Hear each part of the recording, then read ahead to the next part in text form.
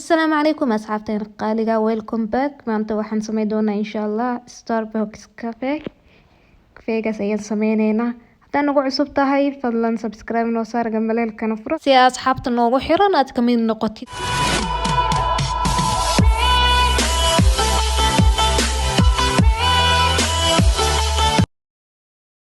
hadda waxaan ku shubanayaa waa caramel marka aniga waxaan isticmaalayay caramelka fadhiyo wax yar waan soo qastay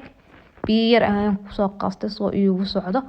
laakiin waxa jira caramel kaleeto oo sida shukulaatada camal u soconaya asagana waa ka sameysan kartaa kadib waxaan soo sameysanaa caanaha aan ku darsalahay koobkaas halfkiis oo caanaha creamka caanaha ayaan isticmaalaa waan soo shiidaa marka xumbo ayaan u soo yeelaa mar la rabo inay ka adkaadaan laakiin wax yar inaad soo adkeysid ayaa loo baahan yahay marka waa soo adkeena sidaas ay hadda ii noqdeen intaas kaliya ayaan ka rabay sidaas xumbo u noqonayaan ay kuugu badanayaan marka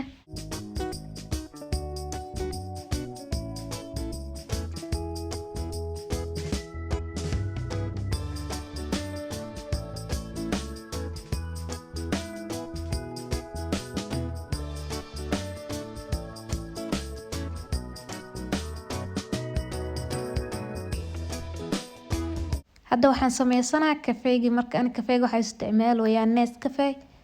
marka waxa ku shubanaa 2 qaando iyo wax yar oo beena ayaa ku shubanaa biyaha aan isticmaalayo waa biyo aan soo kululeeyay jeedin aad ay u kululeeyeen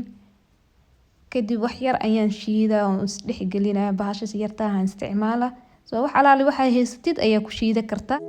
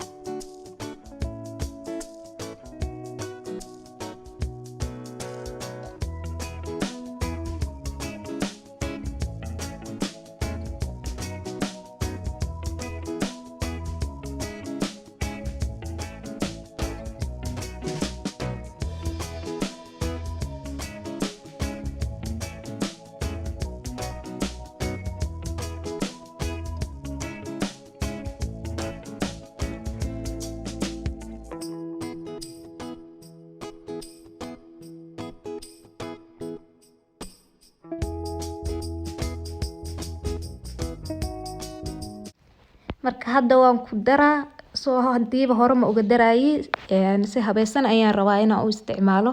qaandadaas sida u jeedin ayaan ka gashay dhinac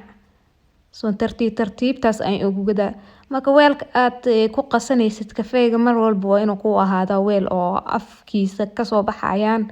marka sidaan ugu shubanaysid af dhuub inuu yahay oo afka uu u dhuuban yahay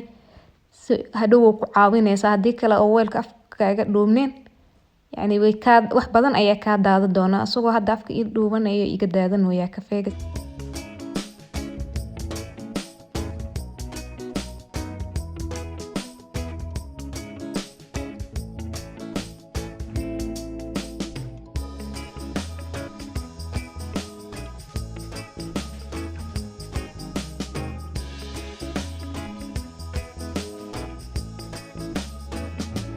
hadda waxaan isticmaalaa korka uga darayaa whisk cream kaas aan korka uga daraa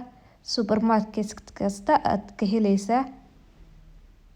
ilaa iyo inta hadda weelka iiga dhiman dhan ayaan sidaas ugu soo wadaa aan korka uga daraa